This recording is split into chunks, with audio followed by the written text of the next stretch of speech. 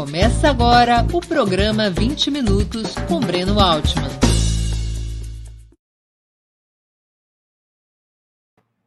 Bom dia! Hoje é 5 de abril de 2021. Está começando mais uma edição do programa 20 Minutos. A convidada do dia é Yara Frateschi, feminista, filósofa e professora livre-docente da Universidade Estadual de Campinas, a Unicamp. Perguntas à nossa convidada poderão ser feitas através do YouTube ou do Facebook. Basta escrever na área de bate-papo dessas plataformas. Desde já agradeço aos que participarem, especialmente aos que o fizerem, contribuindo com o Superchat, se tornando membro pagante do canal de Opera Mundi no YouTube ou fazendo uma assinatura solidária em nosso site. Bom dia, Yara, e muito obrigado por aceitar nosso convite. Muito bom te ver recuperada da Covid-19, sobrevivendo firme e forte a essa tragédia humanitária. Bom dia, Breno, bom dia a todas, todos e todes. É um prazer enorme para mim estar aqui. Quero começar te dando parabéns pelo programa 20 Minutos, que está ótimo, tem sido um ótimo companheiro. Yara, eu vou começar com uma pergunta de aluno do primeiro ano. O que é o feminismo? É uma pergunta de aluno de primeiro ano, mas que não está respondida, né, Breno? Então, ela é ótima. O feminismo, a primeira coisa é para quem é o feminismo, eu diria, né? O feminismo, como diz a Bell Hooks, que é uma feminista negra estadunidense, que eu gosto muito, ele diz: o feminismo é para todo mundo, porque é uma forma de luta e de reflexão, de luta contra a opressão, né? De metade da humanidade, das mulheres, e de reflexão sobre a opressão dessas mulheres. Ou seja, o feminismo é emancipatório para todos e todas e todos nós, né?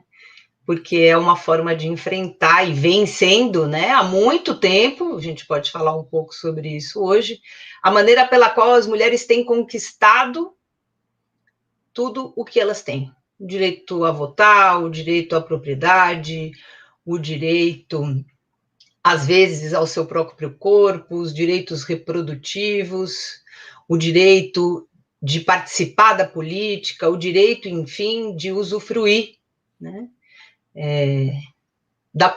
do exercício da cidadania nas democracias. Por outro lado, toda vez que o feminismo entra em disputa e é atacado, como é o nosso caso, né, acho que nós estamos numa guerra cultural no Brasil, uma guerra cultural que tem a questão de gênero no seu centro. É nesse momento também que todas as nossas conquistas, que foram, claro, né, à custa de muita luta, se veem ameaçadas de novo. Ou seja, o feminismo é alguma coisa pela qual nós precisamos lutar pelo jeito, né? Acabamos de aprender isso de novo no Brasil, constantemente. Por que você acha que o neofascismo, ele necessariamente tem que travar uma guerra cultural contra o feminismo? Qual é o papel que essa guerra cultural joga na sua consolidação política e ideológica? Em momentos diferentes da história, esse papel de alguma forma, né, não é um único papel. A gente precisa entender isso, a história está aí. Mas tem alguma coisa que parece que permanece. Nessa forma atual, inclusive, nisso que a gente tem chamado, né, de neofascismo, ou nessa agenda ultra, hiper, né, reacionária, que esse governo Bolsonaro encampa, junto de uma outra, né, que é uma agenda ultraliberal. Aliás, a combinação das duas é muito perversa para as mulheres, né? Acho que a gente está num momento muito preocupante, porque nós não estamos só sob, né, o efeito de uma agenda que nos escolhe, né, do ponto de vista cultural, como um objeto a ser disputado, as mulheres, a sua posição na família, enfim, isso que a Damares está fazendo aí, né, a defesa da família em primeiro lugar. A gente está, neste momento, sob, né, os efeitos dessa agenda combinada com uma outra que é ultraliberal e que também tira da gente, né, os ganhos que a gente tem, de algum modo, de sobreviver no capitalismo. Então, bom, por que a mulher vem para o centro do debate toda vez que há uma agenda reacionária? Acho que no Brasil isso é bem importante de se dizer, né? O que a gente está vivendo é uma reação reacionária a uma série de ganhos recentes muito importantes da redemocratização para cá, com a Constituição de 88 como um marco importante, depois dos governos Lula com um marco muito importante, etc. A gente está vivendo uma reação reacionária a tudo isso no que diz respeito à pauta de gênero e também à pauta, né, antirracista. E por quê, né? Entre outras coisas, por que a gente vem para o centro do debate? Porque parece, né, Breno, que a construção desse ideal de nação que a gente tem hoje depende de que a família seja, de alguma forma, reposicionada como essa pequena pátria, né? A pequena pátria que sustenta a grande pátria de direita. E nessa pequena pátria, a mulher, claro, é a figura central, ela precisa voltar para o lar, né? O funcionamento dessa ideologia precisa fazer com que a mulher volte para o lar, para aquele lugar do qual ela jamais deveria ter saído. Você acha que isso tem a ver com a busca do neofascismo de estabelecer conexões mais sólidas com a religião? Acho que ele sempre precisa, e disso a gente também sabe, né? Sempre tem precisado, o fascismo tem precisado de um amparo dessa natureza, nas vezes em que ele aparece na história, e a conexão com a religião hoje, né, e acho que a gente não vai entender nada do que está acontecendo no Brasil hoje, se a gente não entender de outro lado, né, e ao mesmo tempo que essa agenda hiperreacionária, combinada com a ultra neoliberal, tem a ver também com o tipo de posição que essa grande família neopentecostal, né, tem desempenhado na nossa guerra cultural. Eu vou insistir nisso. Nós estamos numa guerra cultural e as lideranças da igreja neopentecostal, das igrejas protestantes dessa natureza, elas têm uma importantíssima, né, um papel importantíssimo nisso. Não é à toa que a Damares, né, a figura que, enfim, personifica essa reacionária com relação aos nossos ganhos feministas, ela é ministra da família, né, da mulher da família, e ela também é uma pastora evangélica. Claro. Yara, deixa eu fazer agora uma pergunta positiva. Qual o papel histórico que teve o feminismo na luta da classe trabalhadora? O papel histórico do feminismo na luta da classe trabalhadora é extraordinário. E eu acho que a gente precisa, talvez, começar um pouco contando, né, essa história. Como eu acho que a gente está, né, nessa disputa cultural que tem o feminismo no seu centro, a gente precisa entrar na disputa para ganhar ela, né? E isso significa também recontar a história do feminismo, que talvez é uma coisa que a gente tenha perdido de vista, né? Primeiro, talvez, se você me permite, eu vou um pouco longe aqui, né, nessa história, porque sempre que a gente fala em feminismo, a gente identifica a luta com a luta de gênero, né? Ou seja, gênero seria a categoria central aqui a operar, né, sobretudo, claro, não só na luta, mas também nos estudos feministas, né? Eu estou falando dessas duas coisas porque elas são diferentes, embora, claro, os estudos feministas se alimentem da praxis feminista. E feminismo, enfim, né, a primeira impressão, e isso também faz parte da nossa guerra cultural, é elevar, né, a categoria gênero como a categoria principal. É claro que ela é uma categoria fundamental, porque a categoria gênero, por que a gente precisou dessa categoria, né, historicamente, para poder defender que o gênero é uma construção social. Então, se o gênero é uma construção social, significa que todas as desigualdades que estão por aí, vamos nas contemporâneas, né? Desde as desigualdades das mulheres no mercado de trabalho, surpreendente, aliás, né, os últimos dados sobre o desemprego na pandemia, a gente podia voltar daqui a pouco, os dados, enfim, referentes às desigualdades culturais, os dados referentes à subrepresentação da mulher na política, enfim, isso tudo não tem a ver com, propriamente, uma diferença biológica, né? Não tem nada a ver com a natureza, tem a ver com uma construção cultural. Ou seja, gênero é uma categoria que transmite a ideia que as desigualdades entre homens e mulheres elas foram construídas culturalmente. se elas foram construídas e não tem nada a ver com a natureza das mulheres, que elas estejam desempenhando certos trabalhos e não outros, do cuidado, por exemplo, e não, ou que elas estejam em alguns espaços e não outros, carreiras de cuidado e não na política. Se isso tudo é construído, logo a gente pode desconstruir, né? Mudar o mundo, colocar as mulheres onde elas deveriam estar, que é onde elas querem estar, evidentemente, né?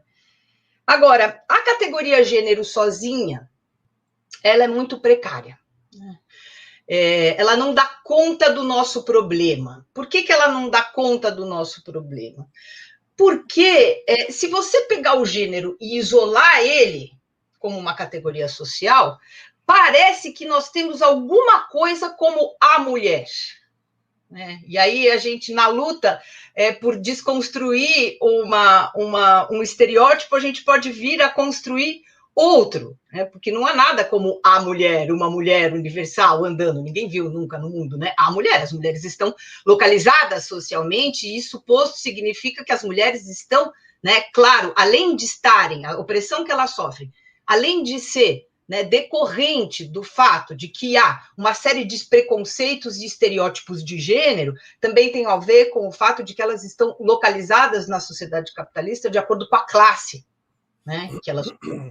e suposto também um outro marcador fundamental aqui, raça. Né?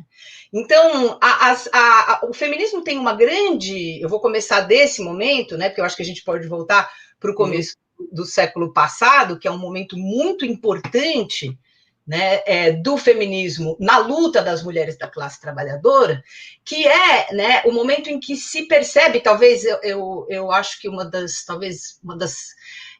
figuras centrais nisso seja a Clara Zetkin, de dizer que, enfim, as mulheres vivem o gênero de acordo com a classe social a qual elas pertencem. Né? Então, se é para a gente entender a situação das mulheres na sociedade capitalista, a gente precisa, claro, olhar primeiro para aquela tarefa fundamental que organiza essa sociedade, que é o trabalho.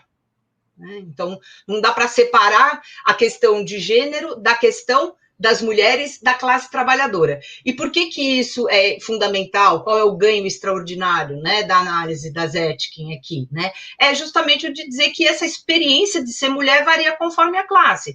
Veja, ela não está negando que as mulheres proprietárias sofram alguma forma de discriminação de gênero. O que ela está dizendo é que as mulheres da classe trabalhadora vivenciam a opressão de gênero de uma maneira diferente das mulheres de classe média ou da elite, né, ou da grande burguesia. Então, claro, né, a igualdade das mulheres não pode ser formulada, né, como uma teoria única, digamos assim, né, homogênea, que transcende a questão de classe social. Porque deixa eu emendar aqui uma pergunta que eu acho que ajuda no que você está colocando, que assim, uma das mais célebres ativistas e pensadoras sobre o feminismo, contemporânea da Clara Zetkin, que é a russa Alexandra Kollontai, que era uma liderança do Partido Bolchevique, ela falava, em alguns textos célebres dela, criticando as sufragistas, ela falava abertamente que havia um feminismo proletário e um feminismo burguês, demarcando o movimento por seu caráter de classe. Você considera que essa distinção era e segue sendo válida? Então, eu acho, sim, claro que tem. Na história havia. A primeira coisa está além ou aquém, né, da minha opinião. Né? Um estudo da história, e isso é super importante, né? Porque o feminismo ele só faz sentido se ele for sempre, né, do ponto de vista da sua teorização, se ele estiver muito relacionado, ligado, calcado, for a partir da história. Na história houve, né? O movimento feminista não há um feminismo, como, aliás, muitas vezes as mulheres brancas de classe média, né, ou as burguesas quiseram nos fazer acreditar.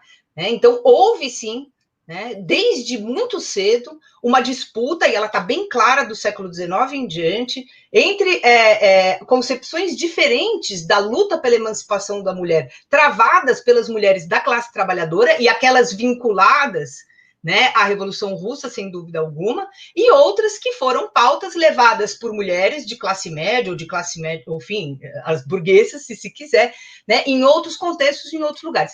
A questão do sufrágio, ela é muito evidente nesse sentido.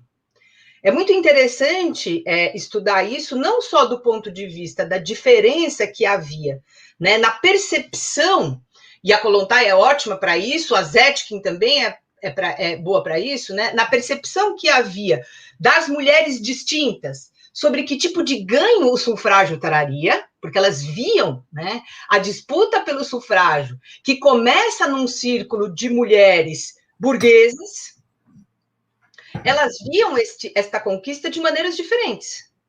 Né? Por exemplo, as mulheres burguesas, e acho que a história inglesa é repleta disso, né? Foram atrás do sufrágio de certa maneira, né? Talvez, enfim, por muitas razões, mas acho que a gente pode dizer com tranquilidade que era até para ter uma posição na sua própria família em relação ao marido e para ter uma outra disputa em relação à propriedade. A propriedade estava no centro dessa disputa. Né? Ao passo que essa luta não despertou o mesmo tipo de comoção, num primeiro momento, nem nas mulheres, né, da classe trabalhadora em outros contextos, e também não nas mulheres negras. É muito interessante agora desviar um pouco o foco e ver como isso se deu nos Estados Unidos no momento, né, da abolição e da luta pelo sufrágio. Demorou-se, né, para se achar um acordo entre as mulheres brancas e as negras nesse sentido. Por quê? Porque as mulheres brancas, né,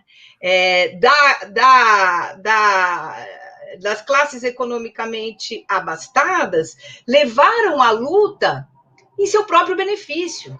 Expulsaram as mulheres negras, né, dessa conquista. Aliás, há uma aliança clássica das brancas burguesas, né, com o racismo toda vez, e com a exclusão das mulheres da classe trabalhadora e das mulheres negras toda vez que isso lhe interessou. O sufrágio canaliza tudo isso, né, é um bom, enfim, um caminho interessante. Fato é que ao longo do tempo, aí só para a gente, né, o sufrágio se tornou sim uma pauta de todas as mulheres organizadas, porque se entendeu em algum momento que era necessário poder participar da formulação das políticas públicas para poder resolver, né, e lidar com a questão das opressões das mulheres nas sociedades que se constituíram como o primeiro país a ter sufrágio feminino foi exatamente a Rússia soviética. Né? Exatamente. Né?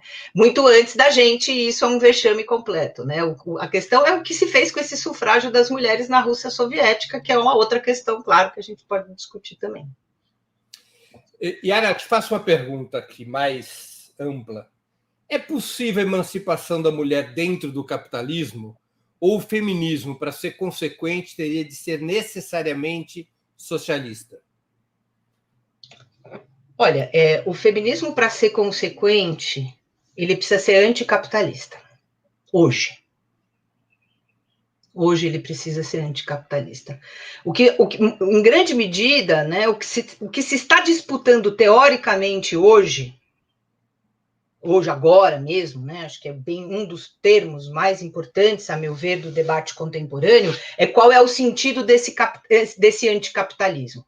Porque na medida em que a gente, de certa forma, perde o imaginário socialista, e esse é uma coisa meio fatal, né, pós-queda do muro, aliás, é muito ruim para o nosso imaginário, né, de luta feminista, num certo sentido, porque o capitalismo acaba aparecendo, né, de 89 para cá como a única realidade viável e possível, né, para a nossa luta. Então parece que a luta tem que ser dentro dele, é inevitavelmente dentro dele, mas isso vai levando a gente, né, para um lugar, para um beco sem saída. Eu acho que hoje está muito claro o sentido. A foto da Safiotti com o Marx atrás, eu adoro essa foto, porque ela é tão chique.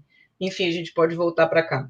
E é um livro lindo da Safiotti, que é A Mulher na Sociedade de Classe, né? Uma das teóricas marxistas mais importantes aqui da questão de gênero no Brasil. Mas volta, né? Ora, a gente está disputando o sentido desse anticapitalismo. Na minha opinião, o feminismo, para ser consequente hoje, ele precisa ser anticapitalista. Por quê? Né? Porque a atual... O capitalismo tem como pano de fundo a exploração das mulheres. Então, precisa lembrar, né, que o capitalismo se constrói em todas as suas fases, ele tem como pano de fundo a exploração do trabalho da mulher e a exploração do trabalho dos escravizados negros. Então, isso dito, só para a gente começar essa conversa, né, a luta feminista e a luta antirracista são lutas contra o capitalismo, na minha interpretação. Porque o sexismo e o racismo são estruturais do capitalismo. Isso é super importante para a gente não cair. São. Hã? Ainda são. Talvez mais do que nunca. Né? Porque, claro, você pode dizer o seguinte: o seu ainda é uma pergunta que está remetendo o quê? À acumulação primitiva, no caso Não. Na situação atual do capitalismo, se a opressão da mulher ainda é estrutural ou se é uma herança cultural. Não, ela é estrutural, porque o capitalismo precisa, para funcionar, do trabalho de reprodução social. Né? O que é o trabalho de reprodução social? É toda aquela atividade, geralmente desempenhada por mulheres, e que está relacionada à criação, à formação de pessoas. Né? Essas mesmas pessoas, ou aquilo que a gente chama, em outros termos, de trabalho de cuidado, como a Carolina Araújo está dizendo aqui, né? No nosso, ou seja, todas essas atividades que estão relacionadas a dar à luz, alimentar pessoas, mais do que isso, né? Formar sujeitos socializados, socializar pessoas, todo esse processo que é da hora que, né, que põe o bebê no mundo até a hora que ele pode se transformar num sujeito que vai para o mercado vender a sua força de trabalho, que é aqui que ele começa a ser relevante para o capitalismo, né? Tudo isso que vem antes é um trabalho, é o que a gente chama de trabalho de reprodução social, né? Para a gente diferenciar do trabalho assalariado, porque ele é desempenhado por mulheres, ele não é assalariado e, pior, ele é altamente desvalorizado pelo capitalismo. O capitalismo não está nem aí com tudo isso que acontece antes da hora que a pessoa vai poder vender a sua força de trabalho. E tem uma crise importante aqui. Né? Agora, antes da crise, por que é condição necessária? Porque a gente precisa desse trabalho desempenhado por mulheres, que está, de certa forma, fora do sistema, mas do qual o sistema inteiro depende para a sua sobrevivência. Né? Agora, e por que funciona? Porque esse trabalho é explorado. Então, de certa maneira, a gente tem aqui uma acumulação, né, de capital, se quiser, né, de uma maneira livre. Porque esse trabalho é explorado e ninguém está disposto a pagar por ele, ninguém. O Estado hoje não está disposto a pagar por ele, a iniciativa privada não está disposta a pagar por ele. Enfim, temos aqui uma crise de proporções enormes. No neoliberalismo é mais grave ainda, né? Porque, de alguma maneira, né, o estado de bem-estar, ou o capitalismo, digamos, administrado, né, alguma coisa que talvez a gente tenha vivido de algum modo aí num passado recente, sobretudo nos governos Lula, oferece algum colchão de proteção para isso. Diminui um pouco, né, o efeito muito nocivo dessa contradição. No neoliberalismo, não, porque aí a gente faz o quê? Quais são as primeiras... Por isso que eu digo que a gente não entende a crise que a gente está vivendo só do ponto de vista cultural. Precisa entender que ela é uma crise gerada por um Estado cada vez mais enxuto, um Estado que não se compromete mais absolutamente com as pessoas, sobretudo com a formação das pessoas. Né? Então, destruir o SUS, congelar investimento em educação, congelar, né, ausência de creches, acabar com a Bolsa Família, tudo isso leva, né, enfim, essa é outra história. Mas agora, enfim, acho que é isso, né? Leva à deterioração das condições do trabalho de reprodução social. Óbvio. Por isso que a gente talvez, e se isso é verdadeiro, né, que tem uma exploração aqui desse trabalho que é o pano de fundo para o funcionamento do capitalismo, no caso desse recorte gênero, ele é tão mais verdadeiro ainda se a gente combinar gênero com classe e raça. Porque o capitalismo também, historicamente, se constrói pela exploração do trabalho escravo, e a gente continua, né? Se as mulheres recebem menos no mercado de trabalho, as mulheres negras menos ainda. Se as mulheres estão, em geral, mais presentes no mercado precarizado, no trabalho precarizado, as mulheres negras mais ainda. Né? Então, aqui também tem, né, de uma maneira flagrante, o racismo e o sexismo, né, ao mesmo tempo, funcionando como condição de possibilidade, se você quiser, né, do próprio capitalismo. Yara, nos últimos 30 anos, ganhou força e fluxo o conceito de interseccionalidade, embora com diversas interpretações, como uma ferramenta para analisar as questões de classe, raça e gênero, entre outras. O que significa esse termo, que é fartamente utilizado, mas pouca gente que não estuda o assunto tem conhecimento do que se trata? Bom, o termo mesmo, esse termo, foi cunhado num texto de 1989 por uma jurista estadunidense, a Kimberly Crenshaw. Foi lá que ela deu esse nome, né? E o nome era para quê? O nome era para dizer o seguinte, que a gente só entende a opressão das mulheres se a gente olhar para os diversos marcadores sociais que operam sobre essas mulheres em posições distintas da sociedade. Então, era o que a gente vinha dizendo há pouco, né? Informada por esta linha de pensamento, que é fortemente, né, que foi produzida pelas feministas negras, né? Então, já precisa dizer isso. Interseccionalidade vem para o debate teórico pelas mãos das teóricas negras, contestando aquilo que a gente vinha dizendo há pouco, né? O gênero sozinho, ele é uma categoria precária. Então, se uma mulher, né, a imagem da Crenshaw é muito boa, né, muito persuasiva, porque ela dizia o seguinte, põe uma mulher branca numa avenida e ela sofre o quê? Opressão de gênero. Uma mulher branca de classe média na avenida e ela sofre o quê? Opressão de gênero.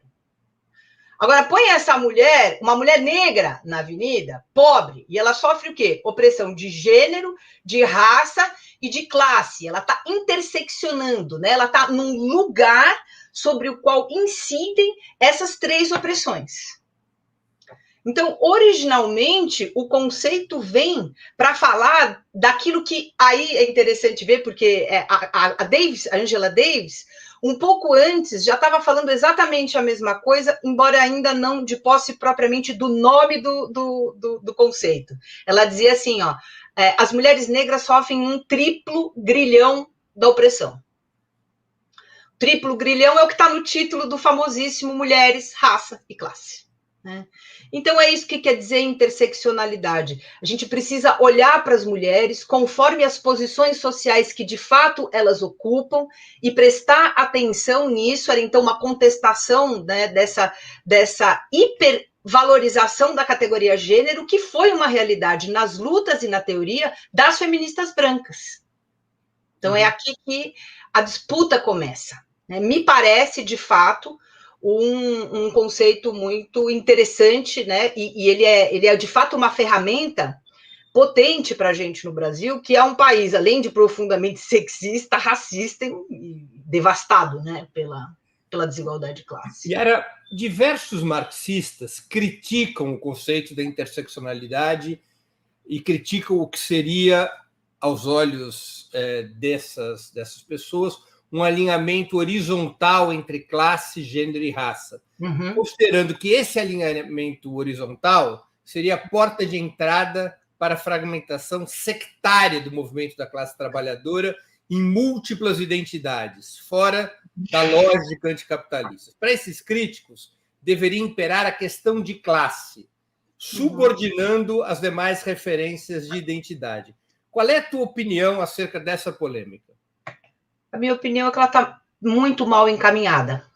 Muito mal encaminhada, porque do mesmo jeito, né, que isolar o conceito de gênero é precário, isolar o de raça é precário e o de classe também. Tornar o conceito de classe, né, do ponto de vista de uma categoria analítica, o fundamental aqui, vamos do analítico e depois a gente vai para a luta, tá? Para falar da fragmentação. Também é precário do ponto de vista de uma análise que quer dar conta do fato que quer se fazer uma análise potente num país como o Brasil. Né? Então, se a gente quer uma análise potente para o Brasil, né, isolar classe é precário. Por que isolar classe, né, também é precário? Porque cai num erro de não compreender de outro modo que raça estrutura classe no Brasil. Então, a tendência, e aí eu gosto muito da análise da Sueli Carneiro, por exemplo, nesse sentido, né? Vai dizer o seguinte, você olha para a questão de classe no Brasil. Se você separou de raça, você deixou de entender que na pirâmide que nos constitui, você tem uma hegemonia branca no topo e uma hegemonia negra na base. Então, não vale a pena, no Brasil, a gente antagonizar do jeito que o marxismo mais tradicional e ortodoxo está fazendo, classe e raça e gênero, porque a resposta tem sido, com uma certa frequência, né, talvez por um temor do ponto de vista teórico, e agora também acho que a gente tem que analisar, né, a da luta, de ver que a categoria classe, ela não mais estrutura sozinha a questão. Eu gosto muito também da Lélia Gonzalez. Ela dizia uma coisa muito interessante quando ela ia discutir, né, a posição social da mulher negra lá no começo dos anos 80, e a Lélia Gonzalez era uma mulher de esquerda, isso é indisputável, assim como a Sueli Carneiro, né? Lélia fez sua formação fortemente influenciada pelos estudos marxistas, mas ela dizia uma coisa muito interessante do ponto de vista analítico, que é assim, classe deixa um resto, se você olhar só para a classe, você nunca vai entender a posição social da mulher negra. Né? Então, e aí a gente fez toda uma teoria da formação do Brasil à esquerda, né, que focou de tal modo na classe que deixou, e é isso que eu gosto que ela dizia, um resto que faltava explicar por uma sociologia muito materialista. Né? E isso não significa abandonar de forma alguma a perspectiva da luta de classe, significa torná-la complexa como ela de fato é no Brasil. Então, se a gente entende que classe, que raça também estrutura a classe num país como o nosso, não dá mais para colocar o marcador classe como o organizador todo desse pensamento. Né? Então, essa é a minha posição. Só mais uma palavra agora sobre a questão da fragmentação. Posso? Claro, deve. É claro, né, Breno, que aí estamos todos muito atentos e preocupados com a fragmentação das lutas. Óbvio que sim, ainda mais agora, né? Que a gente tem um inimigo comum muito potente, né? Devastadoramente potente, que a gente reconheça isso de uma vez por todas, né? E aí, claro, né? A gente teme pela fragmentação das lutas. Acontece, né? Acho que uma péssima condução disso pela esquerda é temer, ao temer essa fragmentação, recusar a legitimidade das pautas de gênero e raça. A gente precisava dar um outro encaminhamento para o nosso problema. Eu acho que nós temos um problemão, né? Um problemão causado por uma coisa muito, por outro lado, um avanço, que foi finalmente todas essas pautas vieram para a nossa agenda. Né? Tanto que nós estamos aqui discutindo isso. Agora, tanto que a gente tem, enfim, as mulheres negras estão aí, e é a força política de mulheres mais organizada e potente que tem nesse país, eu não tenho nenhuma dúvida disso, né? Então, acho que a gente precisa entrar numa outra rota dessa conversa, que é não temendo, né, por temer a fragmentação, deslegitimar as pautas. Como é que a gente faz para voltar um pouco no tempo, talvez, ou reconstruir a agenda, né? Entendendo que são pautas legítimas, que o sexismo e o racismo são estruturantes do capitalismo, né, e que, portanto, as mulheres e as mulheres negras e as transgêneras, porque a gente ainda não falou de sexualidade, mas a gente pode falar também, né? Aí eu perdi um pouco, mas enfim, é isso, né? Sem achar de outro lado que isso necessariamente conduz à fragmentação. Talvez seja essa insistência muito, muito antiquada, né, na classe, só na classe, como se ela fosse, que esteja causando uma certa tensão, né? Agora, você não acha que, além do que você aponta, das dificuldades do marxismo ortodoxo, como você se referiu, lidar com esse problema, há uma outra força fragmentadora que seria um certo tipo de feminismo, vamos dizer, liberal, identitário, que também atua e fortemente, e inclusive eventualmente estimulado por agências dos mais diferentes tipos, no sentido de fragmentar a identidade entre feminismo e luta de classe?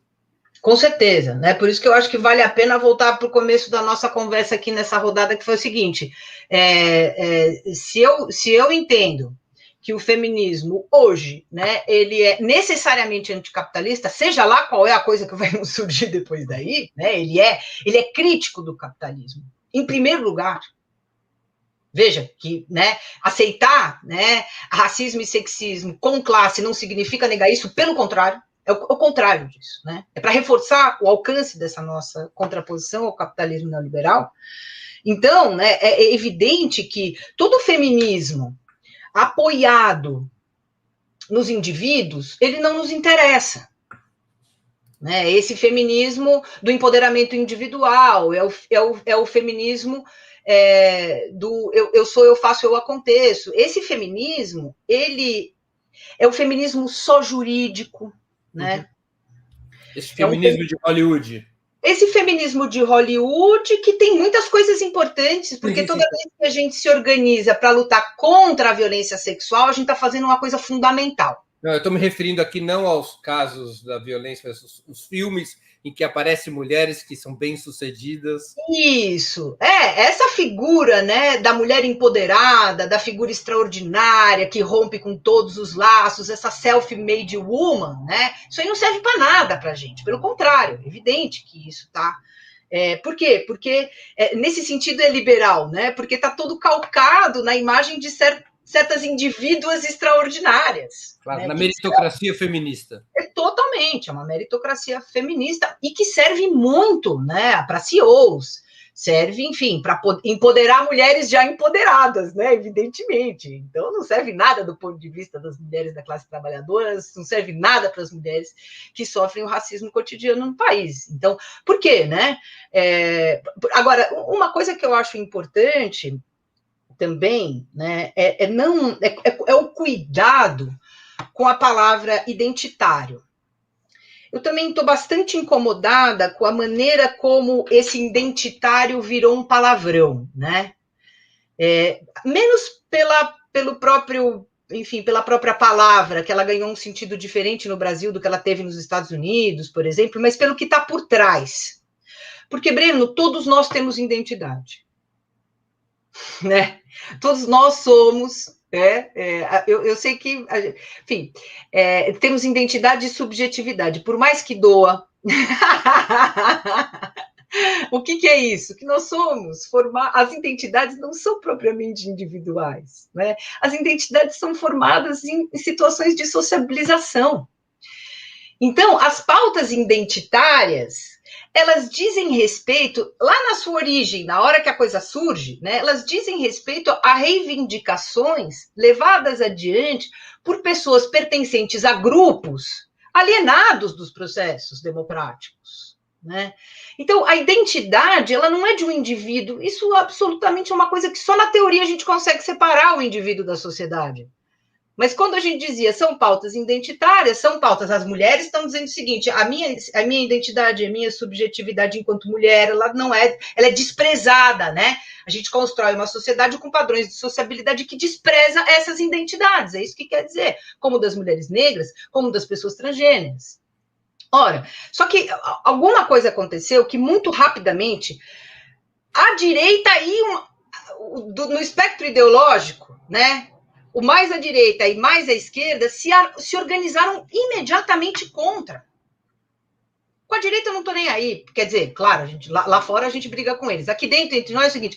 Minha pergunta é por que a esquerda, um campo da esquerda, reagiu tão mal também? E não percebeu que estava fazendo a cantiga da direita.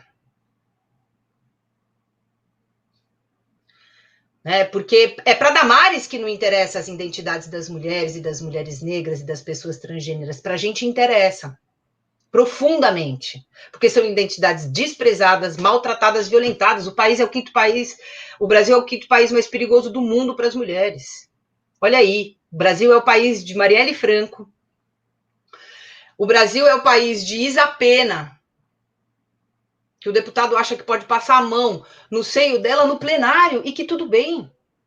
O Brasil é o país de Dilma Rousseff, que sofreu um violento golpe também porque era uma mulher. O golpe foi construído na figura de uma mulher histérica. Isso tem a ver com a nossa luta, é por entender como é que essas mulheres, por que são mulheres, né, sofrem esse tipo de desprezo e de violência. Yara, deixa eu mudar um pouquinho de assunto. Pode.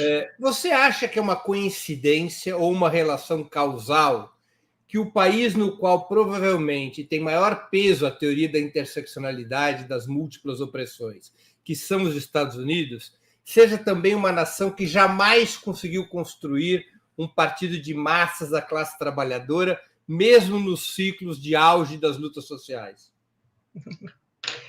Ô, Breno, acho que são duas realidades muito diferentes, né? O fato da gente, por vezes, se alimentar dos conceitos, das abordagens teóricas estadunidenses, né? Absolutamente não pode nos levar para algum lugar, né, de que dá para fazer uma comparação sólida entre os dois países, né? Então essa é a primeira coisa que eu quero dizer, a realidade da luta das mulheres, da luta antirracista, da própria construção do sexismo e do racismo e da luta de classes nos dois, enfim. Eu acho boa a sua pergunta pelo seguinte, né? Que a gente não seja, o primeiro alerta é não sejamos colonizados ao emprestar qualquer tipo de categoria analítica. Precisa adaptar para o Brasil. Por isso que eu gosto, né, quando eu vim, eu fiz o caminho da interseccionalidade, né, eu fui entender como é que as autoras brasileiras trabalharam e continuam trabalhando esse conceito. E é muito curioso, porque aquelas das que se beneficiam e que levam adiante, né, esse conceito, entendem a sua potência analítica, muitas vezes também são mulheres que estão na luta política partidária e institucional. É só para a gente desfazer um equívoco possível. A própria Angela Davis foi durante muitos anos militante do Partido Comunista, candidata a vice-presidente e a presidente do país várias vezes. Ela estava plenamente ciente de que a política é a arquitetônica disso tudo, da nossa luta. Né? Agora, que política? É uma política que precisava das mulheres? Não, que precisava das mulheres negras, das mulheres da classe trabalhadora, das mulheres estrangeiras. É uma política que precisa desse contingente todo de mulheres. Esse é o ponto. Né? Quando ela fez esse movimento no Brasil, para a gente sair de lá um pouquinho e ficar aqui, Lélia Gonzalez. Lélia Gonzalez está na fundação do PT. Lélia Gonzalez é candidata, depois ela vai para o PDT, faz aquela, né? Agora, ela está na redemocratização perfeitamente ciente, embora tenha, e por que tinha, né? Toda a análise potente, que até antecede a vinculação dela partidária, né? Da posição social da mulher negra, os trabalhos sociológicos dela, potentíssimos e tal, na redemocratização, na fundação do PT, ela diz, eu preciso dessa luta aqui, porque é essa luta que vai permitir com que as mulheres, em geral, as mulheres negras em particular, sejam capazes de participar da formulação de políticas públicas. Então, o ponto é, onde tudo converge? Converge para a disputa política. Né? Essa pergunta que eu fiz é por conta de uma realidade histórica, Yara, que assim, os Estados Unidos tiveram potentes movimentos sociais desde os anos 60, das mulheres, antirracista, e um dos problemas que muitos analistas identificam é que nunca conseguiram construir uma força popular de esquerda, um partido de massas de caráter socialista, como tem na Europa ou na América Latina. Uma das razões seria a excessiva identidade de cada um desses movimentos, que empurrou para a fragmentação e para a impossibilidade dessa confluência que você identifica no Brasil. Eu discordo inteiramente dessa análise, que, aliás, é uma análise muito difundida entre os liberais, né? Ela é muito forte entre os liberais estadunidenses, que compartilha, de novo, outra coisa que eu acho interessante, que acaba compartilhando também com uma visão mais ortodoxa no campo da esquerda, de que enfim, quando a gente complexifica a compreensão da opressão, a gente fragmenta. Né? O que está errado nessa avaliação, no meu entendimento? Está errado que o que está acontecendo é um ganho do seguinte ponto de vista. Vamos vir para o Brasil. Nós construímos um partido de massa, né, que foi capaz de ganhar a eleição e mudar de maneira muito importante e significativa os rumos desse país, inclusive na política para as mulheres. Né, o que o governo Lula começa a fazer, né, e a Dilma continua no sentido da política para as mulheres, é extraordinário. Né? Só por uma comparação que a gente não tem muito tempo, é pensar que é o seguinte: a gente tinha Eleonora Menicucci e passou a ter Damares. Né? Tive a dimensão do nosso desastre. Né? Do nosso desastre. Agora, nós construímos um partido de massas que chegou ao poder com um potencial de transformação extraordinário, não tivesse sido interrompido por um golpe, com pouca participação das mulheres negras. Quando se cria nesse partido, né?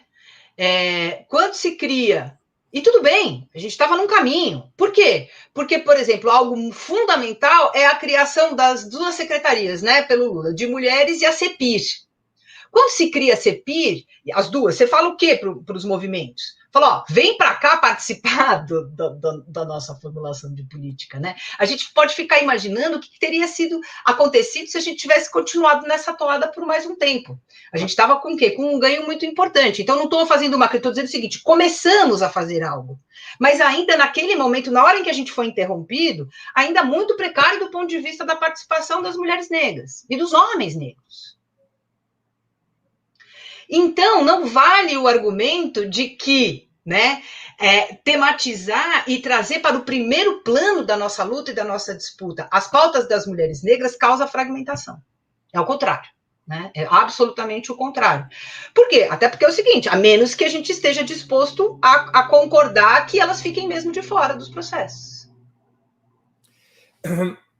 Yara, os sistemas capitalistas, sob a lógica do que a filósofa Nancy Fraser chamou de neoliberalismo progressista, não seriam capazes de absorver essas pautas que são chamadas, equivocadamente ou não, de identitárias do feminismo e neutralizar seu potencial teoricamente revolucionário? O governo de Joe Biden, por exemplo, não seria exemplo disso? Afinal, uma mulher negra é a vice-presidenta, mas bombas continuam a cair na Síria e o governo boliviano já foi ameaçado. A diversidade e a representação não podem servir de camuflagem para o velho imperialismo de sempre? Com certeza. Com certeza. Né? E aí é que tá. Por isso que a nossa luta não é apenas por mais mulheres na política, é por mulheres de esquerda na política. Agora, a gente tem sempre um caminho, né? Veja agora, a Isa Pena, com a nossa vitória parcial com relação ao Cury, né? Que primeiro tinha sido ganhado uma prenda, né? Depois, agora, ele está um pouco mais complicado, nós vamos continuar lutando pela sua cassação. Agora, a resposta dela, né, com mulheres organizadas, é o seguinte: a gente precisa de paridade de participação nas comissões de ética. Essa luta é fundamental. Agora, ela é o quê? Ela é o primeiro capítulo. Né? É um absurdo que a gente não tenha paridade nas comissões de ética. Agora, é o quê? Não adianta ter paridade, porque a Damares está aí, porque a gente tem mulher de direita. E, aliás, elas estão avançando. Por isso que quando eu disse lá atrás que a gente estava numa guerra cultural e a gente precisa assumir isso e entrar nessa guerra cultural para disputar o sentido do feminismo, é porque a gente quer um feminismo de esquerda e antirracista, né? No poder, evidentemente. Então, eu concordo com você em gênero, número e grau, né? De novo, tem a ver com ficar trabalhando a questão do feminismo só em torno da questão de gênero, do marcador gênero, né? Essa abstração, ela é muito ruim para a nossa luta. Muito ruim. E aí casa bem, sim, como você está dizendo, né, com o neoliberalismo. Eu acho que a Fraser está bastante correta nesse diagnóstico, embora eu ache que a situação estadunidense e brasileira seja muito diferente. De novo, né? Não é interessante pegar o diagnóstico da Fraser e aplicar aqui como se fosse a mesma coisa, porque lá essas lutas que você está qualificando de identitárias, agora já corrigindo, gostei, né, fragmentadas, elas tiveram um outro encaminhamento, né? O nosso feminismo, ele é muito mais de esquerda, no espectro amplo. Nós temos as margaridas. Os Estados Unidos não podem sonhar com o que é uma marcha das margaridas, que são as mulheres organizadas do Brasil inteiro. Né? Mulheres do quê? Do campo, das águas, de todos os nossos miomas, eles não têm ideia do que seja isso aqui, né? Nós temos as mulheres negras em marcha, nós temos, enfim. Então, o nosso feminismo ele é muito mais de esquerda, ele é muito mais popular, né, do que o das norte-americanas. Então, feita essa ressalva, para a gente não pegar o diagnóstico da Fraser acriticamente, né, e só aplicar, eu acho que aí sim a gente tem um oponente comum dentro da luta, que é esse feminismo que a gente pode, com aspas aqui, talvez seja interessante, a gente, enfim, contra vários. Eu gosto de chamar de liberal, porque ele está muito bem adaptado ao capitalismo, né? Ele tá perfeitamente adaptado. E isso é um problema, claro, né? Sabe onde é um problema, por exemplo? Quando a luta fica só no campo jurídico. Esse é um feminismo adaptado ao capitalismo, que fala assim, não, mas nós tivemos ganhos extraordinários nos últimos anos. A Lei Maria da Penha, feminicídio, importunação sexual, enfim, que bom, né? Que bom, mas pouco, né? Claro que são ganhos extraordinários para o quinto país mais perigoso do mundo para as mulheres, mas é um ganho muito parcial ainda, porque a gente tem uma disputa cultural e uma disputa política muito grande para fazer a partir daí, né? Um feminismo liberal para aqui ficar feliz. Agora, ele vira carcerário, né? Ele ganha uma série de feições que a gente não quer que ele tenha. Carcerário no sentido de punitivista? Punitivista, né? Punitivista. E aí a gente precisa ouvir as mulheres negras dizendo que se a gente tem ganhos, claro, né, em nomear os crimes e criar uma pena para eles, que é o que está em jogo, né, feminicídio, importunação e Lei Maria da Penha, por outro lado, a gente não pode esquecer que a gente vive num país em que quem é preso é o homem negro. Então precisa estar muito alerta com essa cultura. Muito o feminismo punitivista pode alimentar o racismo se não tomar cuidado. Exato. E é por isso que a gente precisa... Agora, volta aqui, uma análise só de classe não dá conta de entender isso. E é por isso que a gente precisa das mulheres negras para ensinarem isso para a gente, porque isso nem eu nem você vamos saber se a gente não estiver com elas trabalhando na luta. Né? Yara, qual é o estágio? Você já estava abordando esse tema, vou te fazer uma pergunta específica. Como é que você avalia o atual estágio da luta feminista no Brasil? Você faz uma comparação de que o feminismo no Brasil tem uma carga muito mais popular e até de esquerda que nos Estados Unidos. Mas o peso que hoje tem na vida do país cresceu, é importante? É fundamental. Claro, a gente está sob um ataque violento, né? Precisa lembrar, assim, esse governo começa elegendo o feminismo, essa entidade que eles escolheram como inimigo público número 1, é um dos, né? Lembra o funk do Bolsonaro, que a feminista vai comer ração na tigela? A gente começa esse governo com um presidente que foi eleito tendo dito para uma deputada em plenário que você não merece ser estuprada porque você é feia. Né? A Damares assumindo o posto da defesa das mulheres com um discurso radicalmente antifeminista, dizendo que feminista é uma mulher feia que não gosta de homem. É um pouco jocoso, é meio ridículo, mas é sério, não é para a gente levar a sério. Que menina veste rosa, menino veste azul, são estereótipos que estimulam violências, né? Então, por que é isso? Porque nós somos muito potentes. Esse que é o ponto. Né? Isso aí, essa armação toda ideológica, fortemente ideológica, antifeminista, por uma agenda ultra-reacionária, é, de fato, medo da nossa potência. Acho que é disso que a gente precisa ter muita clareza disso. Porque, como eu te disse, as mulheres se organizaram no Brasil da redemocratização para cá de maneiras muito diferentes, em todas as regiões do país, com clivagem de gênero, raça, classe e sexualidade muito potente, muito importante. Então, veja agora, né, que mesmo a gente, sem poder estar no espaço que se constrói a política, que é a praça pública, a gente consegue ainda assim, né, porque, enfim, trancadas dentro de casa, a gente consegue, de alguma maneira, criar ambientes de comunicação e de organização. Diminuto, com muita perseguição, com muita... Mas, enfim, né, eu só acho, Breno, que está na hora da gente assumir que é uma guerra cultural e entrar na guerra para ganhar. Esse é o meu ponto. Precisa redisputar o sentido do feminismo com com uma análise realmente potente e complexa da desigualdade das mulheres. Nessa guerra, qual seria o programa mínimo do feminismo brasileiro se o considerarmos como um movimento decisivo na luta contra o bolsonarismo e o neoliberalismo? É claro que é a luta contra a pobreza.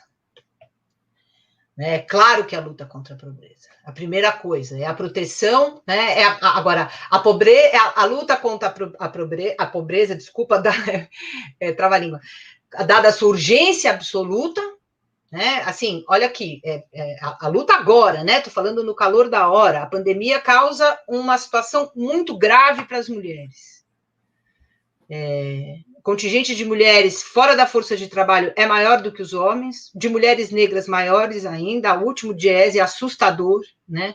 Tem algo mais aqui, que é, enfim, a fome cresce, das mulheres, das famílias com crianças até 10 anos, quase 8% das mulheres que perderam o emprego são mulheres e 4% é homem, então tem uma clivagem de gênero super importante aqui na perda de emprego. Por quê? Porque nós somos as pessoas que cuidam ainda das outras, a reprodução social está no nosso lombo, então é a luta contra não vai, né? Isso aí.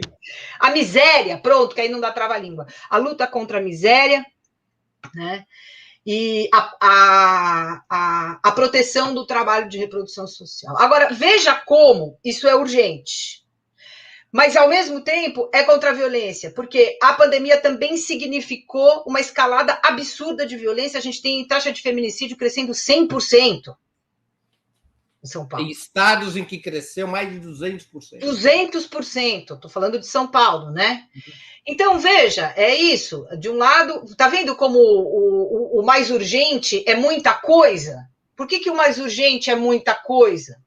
Porque o que nós somos, né, é um país que se construiu com cultura e prática muito violentos para as mulheres.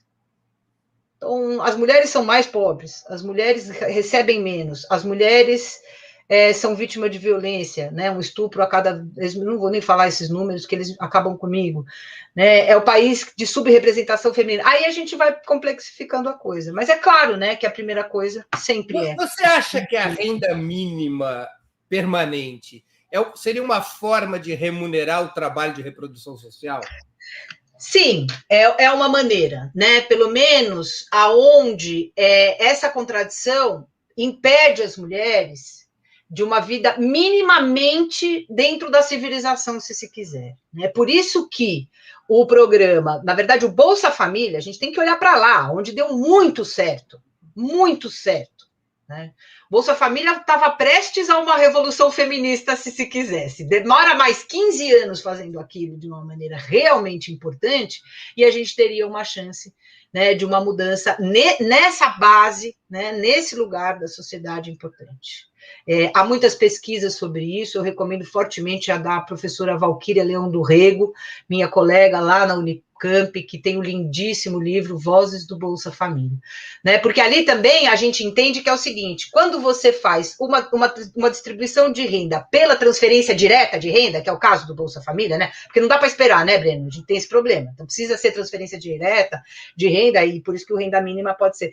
Você tem logo na sequência mudanças de comportamentos, se quiser, culturais muito significativas. Claro. Porque o Bolsa Família, só para informar os nossos internautas, o Bolsa Família era pago às mulheres. Às mulheres. É um programa de... E o Minha Casa Minha Vida também era um programa que as chaves eram para as mulheres. Exatamente. E só uma coisa super importante, que isso é um gatilho para mudanças de comportamento importantes. Por quê? Porque uma mulher não sai de uma situação de violência se ela tiver 4 filhos e não tiver como sustentar nenhum deles. Né?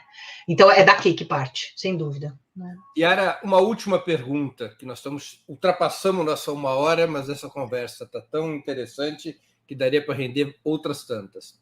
A esquerda deveria incluir com prioridade em seus programas políticos e eleitorais, vamos chamar assim, direitos civis fundamentais da luta das mulheres, como a legalização do aborto? Claro que sim. Evidente que sim. Com toda a dificuldade, mas a gente tem que fazer essa discussão com plena consciência do tamanho da dificuldade política Faz parte da guerra cultural que você acha faz que parte da guerra cultural, né? Quando é que eu fico animada de que a gente possa travar esta guerra? Quando eu entendo que as católicas estão organizadas pelo direito de decidir, né? Ou seja, que as evangélicas organizadas pelo direito de decidir, pela interrupção da gravidez. Por que eu estou falando isso, né? Porque a gente sabe que fazer essa luta num país, e a Dilma passou por isso, tentou fazer e teve que recuar, a gente viu isso na campanha, né? Por uma pressão de alianças vinculadas a forças religiosas. Essa contaminação da religião com a política no Brasil, né, que nos leva lá, se a gente pudesse colocar à luz da história europeia, a gente está voltando lá para o século XVI, né? Basicamente estados teológicos, é isso que está acontecendo aqui, né? Ela é muito perversa para as mulheres nesse sentido. Mas a gente precisa entrar na guerra cultural, e aí, Breno, eu acho que é o seguinte, não é pelo direito ao aborto exatamente, é pelo direito de uma interrupção segura da gravidez, que a mulher tem que ter, sim, como uma questão, e aí é em nome da saúde pública. Né? Eu acho que eu só estou querendo dizer o seguinte, não basta dizer o direito ao aborto, é preciso disputar amplamente o que isso significa. Porque eu juro, eu não vou para campo dizer eu sou a favor do aborto, que maravilha o aborto, né? Num Brasil que está dominado pela... Óbvio que não, isso seria péssimo do ponto de vista da estratégia. A questão é o que isso está em questão? É a questão de saúde pública, o aborto. Da estratégia e da realidade, o aborto não é uma festa. Óbvio, né? Agora, ele mata quem? Ele mata a mulher pobre. Né? Então, precisa ir, de fato, para o campo da guerra cultural com essa pauta. Sim, sem dúvida alguma. E você acha que a esquerda hesita nisso? Muito. Muito porque sabe a dificuldade, né? Então, assim, não adianta apontar um dedo e dizer, a esquerda hesita, porque hesita com razão. Claro. Volta ao exemplo da Dilma. Se tivesse continuado com aquela fala dela, talvez ela não tivesse ganhado a eleição, não. Ela voltou atrás e voltou de uma maneira estratégica, e política é estratégia mesmo, e a gente tem que poder dialogar com isso, senão fica muito ingênuo, né, a nossa luta. Mas a questão é como. A gente precisa olhar para a Damares com seriedade. Ela é muito inteligente. Ela não é ela tem que ser tratada como a inteligência que ela tem política. Então, a gente precisa saber como é que nós vamos entrar nessa disputa, nessa guerra cultural, com alguém que fala do jeito que ela fala, para quem ela fala. Claro. É isso. Ela é tosca, mas inteligente. Ela tem estratégia. Olha agora essa ação aí que ela tá... Bom, aí, gente. Yara, a gente está terminando aqui, vou te fazer uma pergunta, 2 perguntas que eu sempre faço aos convidados. O que você leu ou está lendo, essa é a primeira pergunta, durante a pandemia e gostaria de sugerir aos nossos internautas? Aprendi que tem que chamar espectador de internauta hoje. Eu sou um cara antigo, né? Eu também sou antiga, Breno. Para os espectadores, então. Olha, tá muito difícil para mim a pandemia, porque a gente está inserido na realidade de um modo, né, tão oprimido, eu digo que é uma clausura sociológica, né? Então, para mim está muito difícil ler literatura, que é uma coisa que me ajuda muito, que enfim, me tira do aqui. Então, eu estou lendo só teoria mesmo. Eu estou lendo agora, exatamente nesse momento, um livro da Angela Davis, que é A Democracia da Abolição, junto com um outro livro da Juliana Borges, antropóloga brasileira, né, teórica negra, que é Encarceramento em Massa, que é um livrinho da Condição Feminismos Plurais, organizada pela Djamila, aliás, uma excelente coleção. É isso que eu estou lendo nesse momento exato. E assistindo, qual série você sugeriria? Eu estou assistindo 2 séries. Eu gosto de novela, né? Gosto de novelão. Então, eu estou assistindo uma série chamada This Is Us. Estes somos nós. Uma drama, não, uma coisa. E aí, e a outra que eu acabei de assistir, que é espetacular, é a dinamarquesa Borgen. Essa é espetacular, enfim, a primeira-ministra, mulher que chega ao poder na Dinamarca. Uma baita série bacana. Recomendo fortemente. Yara, queria te agradecer muitíssimo por ter aceito o convite. Ainda bem que você está recuperada. E eu tenho certeza que os nossos internautas, as nossas internautas aproveitaram muitíssimo essa hora de conversa. Foi muito informativa. Eu aprendi muito. Confesso que aprendi muito. Então, muito obrigado. E a gente sempre estará se encontrando para conversar. Joia, Breno. Eu é que agradeço. Gostei muito da conversa também. Vi as perguntas aqui excelentes. Cuidem-se, cuidem-se todos. E vamos que vamos. Vamos sair dessa. Isso aí. Obrigada, tchau. Tchau. Terminamos assim mais uma edição do programa 20 Minutos.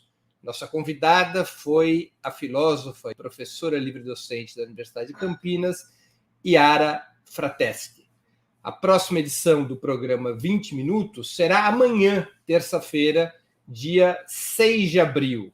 Amanhã, às 11 horas da manhã, teremos a estreia do programa 20 Minutos Análise. Eu farei uma exposição sobre a situação política atual do país em torno de um tema. Para onde vai Jair Bolsonaro? Qual é a tática, qual é a estratégia do presidente da República na sua luta por defender o poder e se reeleger em 2022? Esse será o tema do nosso 20 Minutos do dia 6 de abril, terça-feira, às 11 horas da manhã. Até lá e um grande abraço.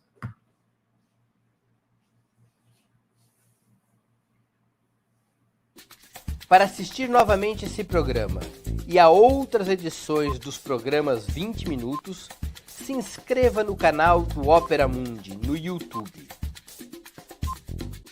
Curta e compartilhe nossos vídeos, deixe seus comentários. O jornalismo de Opera Mundi é mantido com o seu apoio.